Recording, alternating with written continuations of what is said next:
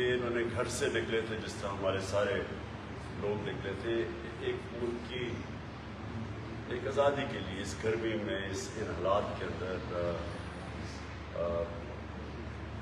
سوچ کے یہ نکلے تھے. تو اس لیے میں سب سے پہلے تو ان کے لیے جتنی بھی خراج تحسین ان کو اور ان کے خاندان کو ہم دے سکیں وہ کم ہے.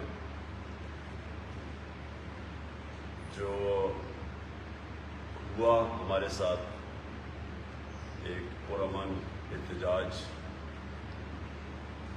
اور احتجاج کیوں تھا؟ پہلے ایک کانسپریسی کے ذریعے حکومت آتی ہے، پھر وہ پوری کانسپریسی بنتی ہے اور اس کے اندر ہر قسم کا ایکٹر شامل ہو کے ایک 22 کروڑ لوگوں کی الیکٹڈ حکومت کو گراتا ہے. اور جو میں بار بار کہتا ہوں کہ سب سے زیادہ ہمارے ملک کی توہین یہ ہے کہ 30 سال سے جو لوگ اس ملک کو کھا رہے تھے، پیسے چوری کر کے باہر بھیج رہے تھے، ہر قسم کے جرم کر رہے تھے، ان لوگوں کو اس ملک کے اوپر مسلط کیا جاتا ہے. تو اس کے خلاف ایک پرامن احتجاج بھی کرنے کی اجازت نہیں دی گئی. جو اس قوم کو غصہ ہے، جو میں نے تو فیصلہ کیا کہ میری جو باقی زندگی ہے وہ صرف اس قوم کی حقیقی آزادی کے لیے، کہ کسی صورت ایک قوم اگر اس چیز کو تسلیم کر جائے کہ پہلے آپ کانسپریسی کرتے ہیں، اس کے بعد آپ چوروں کو اوپر بٹھا دیتے ہیں، جو مغربی جمہوریتیں میں جانتا ہوں، کوئی سوچ بھی نہیں سکتا کہ ضمانت کے اوپر انسان کو کوئی عہدہ دیا جائے، اس کو پرائم منسٹر اور چیف منسٹر بنا دیتے ہیں، اور پھر 60% کیبنٹ ضمانت پہ ہو. اب اس کے خلاف اگر پرامن احتجاج ایک قوم نہیں کر سکتی تو پھر اس قوم کو اس کو زندہ ہی نہیں رہنا چاہیے، کیونکہ پھر کیا رہ گیا؟ ایک طرف کہتے ہیں جمہوریت ہے، جمہوریت کے اندر ہر دنیا کی جمہوریت میں آپ کو حق بنتا ہے احتجاج کرنے کا، پرامن احتجاج کرنے کا. وہ حق بھی نہ دیا جائے. پہلے انہوں نے جب رات کے اندھیرے پہ حملے کیے، لوگوں کے گھروں میں گئے، پنجاب پولیس نے جس طرح ہمارے کارکنوں کے اندر نہ انہوں نے دیکھا عورتیں ہیں، نہ دیکھا بچے ہیں، جس طرح انہوں نے 2-2 3-3 بجے رات کے صبح کے یعنی گھروں میں گھسے. اس کے بعد ہم عدالت کے پاس گئے اور پھر سپریم کورٹ کا ایک فیصلہ آیا اور انہوں نے ایڈوائز کی کہ جناب یہ آپ کو پولیس کو یہ نہیں کرنا چاہیے. انہوں نے یہ بھی رکاوٹوں کے اوپر بھی کہا. ہمیں یہ لگا اس کے بعد کہ اب تو ساری رکاوٹیں بھی ہٹا دی جائیں گی اور اب کوئی پولیس کی کارروائی بھی نہیں ہوگی. اس لیے جو بھی ہوا اس کے بعد ہمارے میں سے کوئی اس چیز کو ایکسپیکٹ نہیں کر رہا تھا. ہم سب سمجھ رہے تھے کہ اب تو عدالت کا فیصلہ آ گیا، میرے خیال میں 11-12 بجے آ گیا تھا، تو سب سمجھ رہے تھے کہ اب ساری رکاوٹیں بھی ہٹا دی جائیں گی، اب کوئی پولیس ایکشن بھی نہیں ہوگا کیونکہ ہمارا حق ہے پرامن احتجاج. تو جو چیزیں قوم نے دیکھی، جو قوم کے سامنے چیزیں آئیں، 2 شہید فیصل عباس اور پھر سے میں کہتا ہوں سعید احمد جان، ان کو وہ راستے میں اور خاص طور پر فیصل عباس کو تو خود سے پھینکا گیا رابی کے نیچے سے. تو جو پھر عورتوں سے کیا گیا، بہنوں سے کیا گیا، بچوں سے کیا گیا، بیٹیوں سے کیا گیا، وکیلوں سے کیا گیا، جو لاہور میں بس پہ وکیل جا رہے تھے ان کو نکال کے جس طرح پولیس نے مارا. میں یعنی ساری قوم کے سامنے یہ ظلم ہوا. اور جس طرح پولیس نے پنجاب پولیس کو استعمال کیا گیا، کیونکہ میں پنجاب پولیس کو جانتا ہوں، ہمارے 3.5 سال میں بڑے اچھے آفیسرز دیکھے، لیکن انہوں نے چن کے ان آفیسرز کو اوپر بٹھایا. جو اسلام آباد کے آئی جی کو سزا ہونے والی تھی لاہور سیف سٹی کے پروجیکٹ کی کرپشن، اس کو واپس لے کے آئے شہباز. انہوں نے چن کے لوگوں کو پلیس کیا اور ان سے پھر ظلم کروایا. ہمارے جس طرح انہوں نے عمر ایوب ایک منسٹر وہ بات کرنے گئے پولیس کے ساتھ، جو اس کو انہوں نے مارا ہے بے دردی سے. میں ابھی تک میں یہ سوچ رہا ہوں کہ کون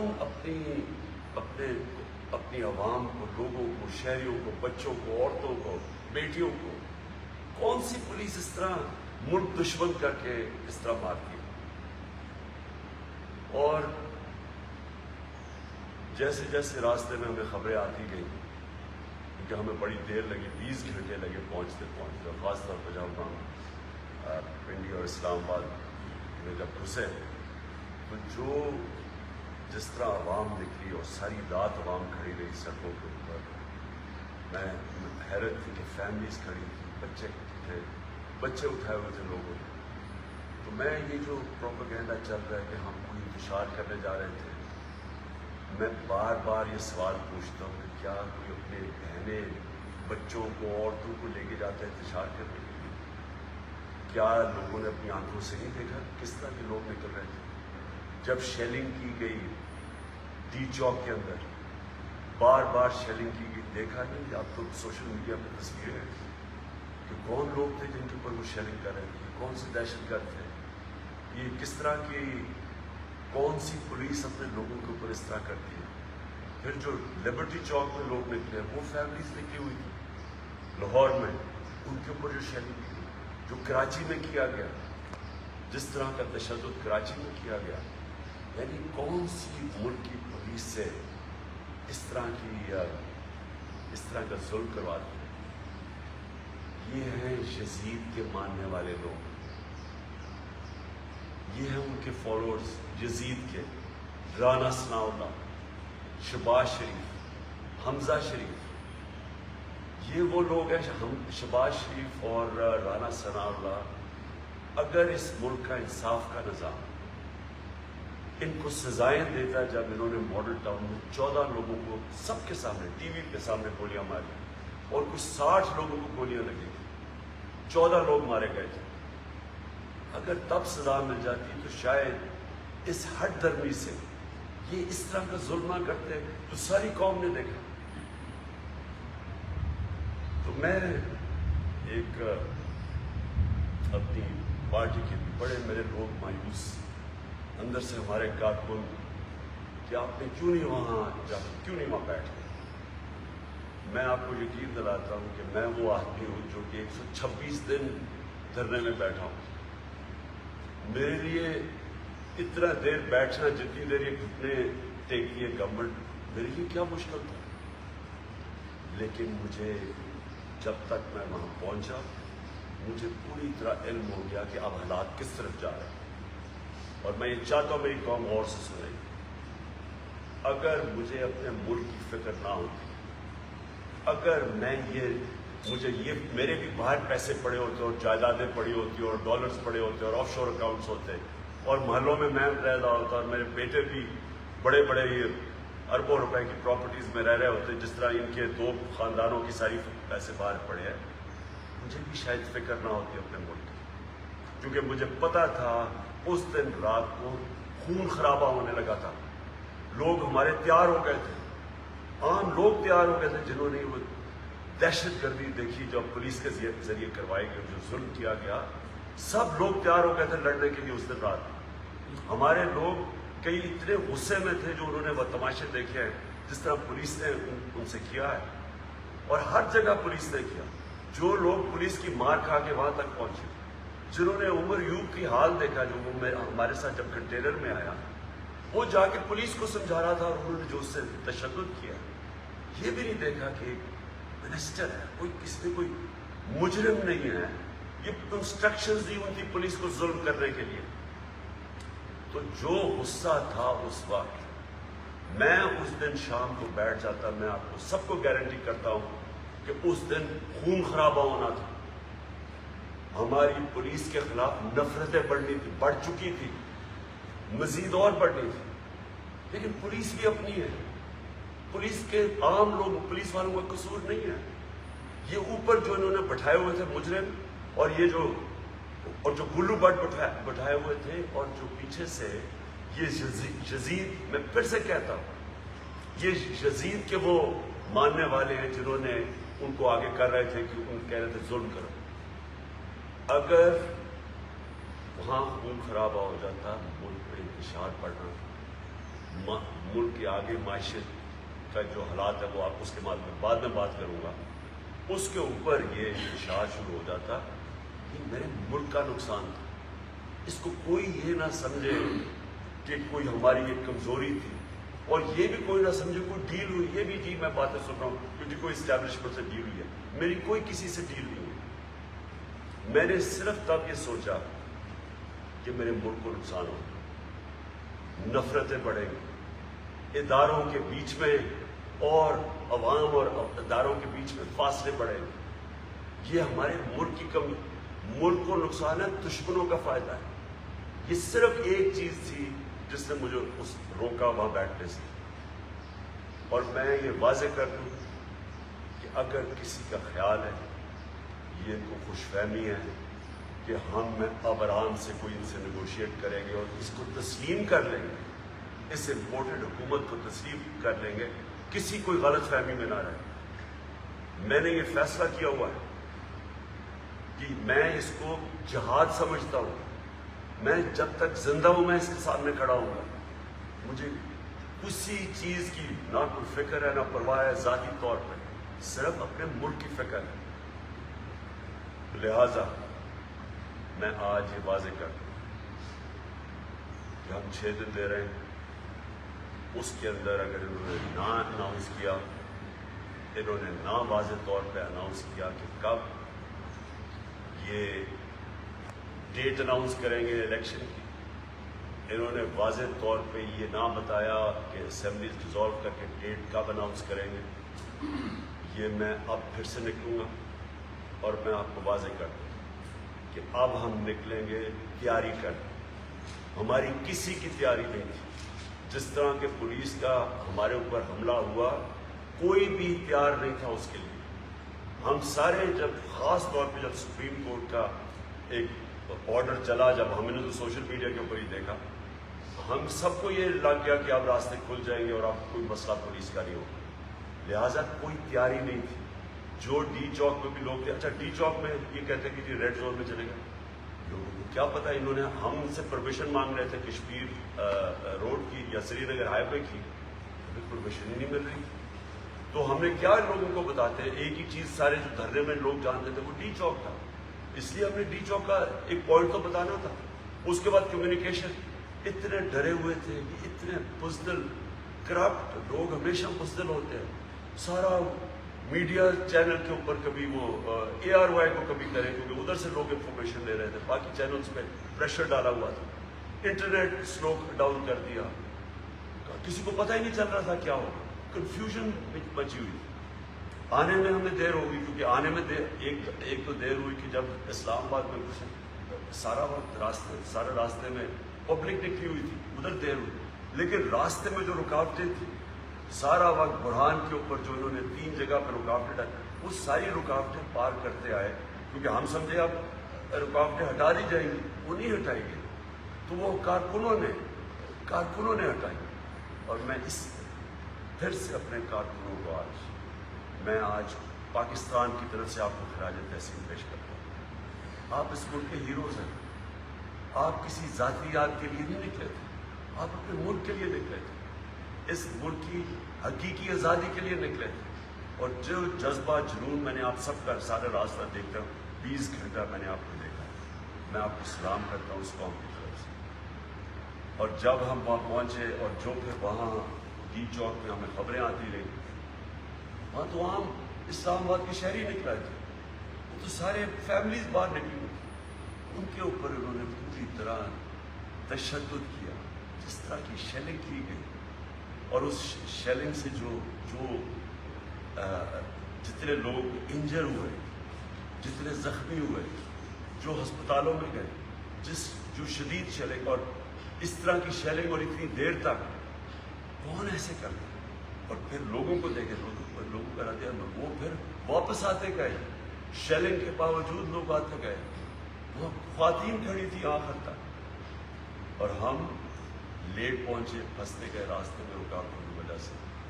اور جو پھر ہمیں آخر میں جب تک میں پہنچا تو اس لیے میں یہ اپنے لوگوں کو بتانا چاہتا ہوں کہ اس کو کوئی کمزوری نہ سمجھیں، صرف اور صرف اس لیے اس وقت مجھے پتہ تھا کہ اب یہ انتشار کی طرف جانا ہے، اور اس کی وجہ سے میں نے یہ 6 دن دی۔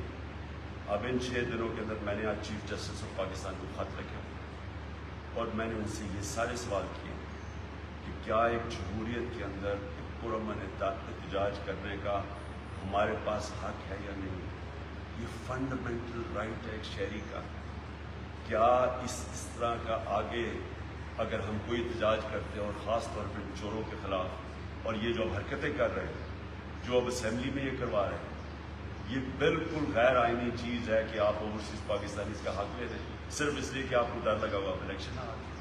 یہ سارے جو آپ حربے استعمال کریں گے، میں اپنی عدلیہ سے پوچھتا ہوں کہ کیا آپ سمجھتے ہیں کہ ہم اب یہ چپ کر کے بھیڑ بکریوں کی طرح یہ سب مان لیں گے چیزیں؟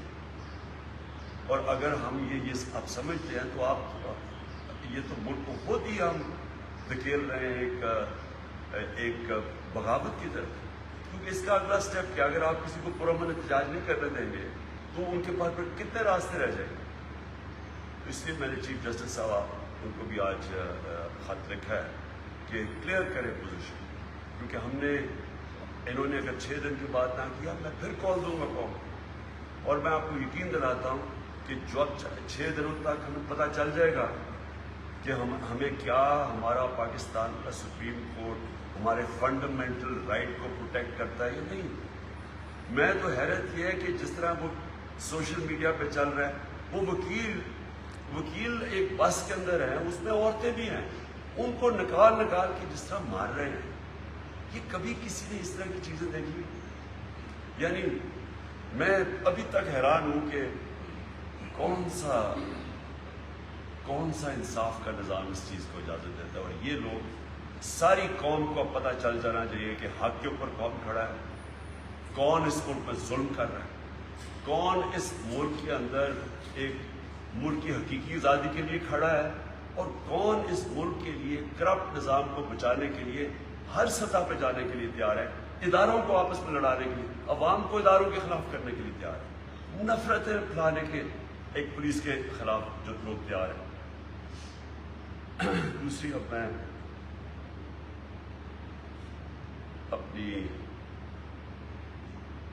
میں ویسے یہ ضرور کہہ دوں کہ اس طرح کی سینز جو انہوں نے جس طرح کی شیلنگ اور کی، وہ جنرل ڈائر کا ہم ابھی تک وہ فلموں میں آتا ہے کہ جس طرح وہ جلیانوالہ باغ کے اندر اس نے لوگوں کے اوپر جو تشدد کیا، تو وہ تو ایک حکمران باہر سے آئے جو غلاموں کے خلاف کیا، ایک آزاد قوم میں جس طرح کو پولیس کا اور انہوں نے استعمال کیا ہے۔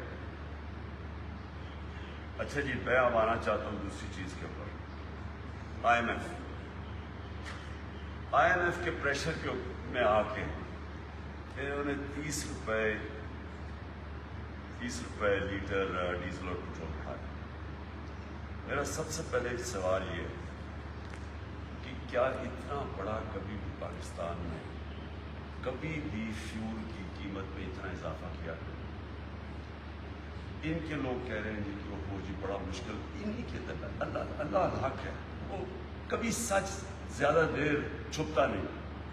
انہی کی سٹیٹمنٹ سن لیں مفتاح اسماعیل یہ خاقان عباسی کہ جب ہم عالمی پریشر کے اندر آ کے قیمتیں بڑھا رہے تھے، اور پھر بھی پاکستان سب سے ہم نے کم پٹرول کی اور ڈیزل کی قیمت رکھی تھی عوام کو بچانے کی، سارے برے صغیر میں ہماری سب سے کم قیمتیں، لیکن انٹرنیشنل قیمتیں بڑھتی گئیں، تو جب بڑھتی گئی ہم نے ایک پوائنٹ پہ فیصلہ کیا کہ ہم اب مزید اور بوجھ نہیں ڈالیں گے اپنے لوگوں۔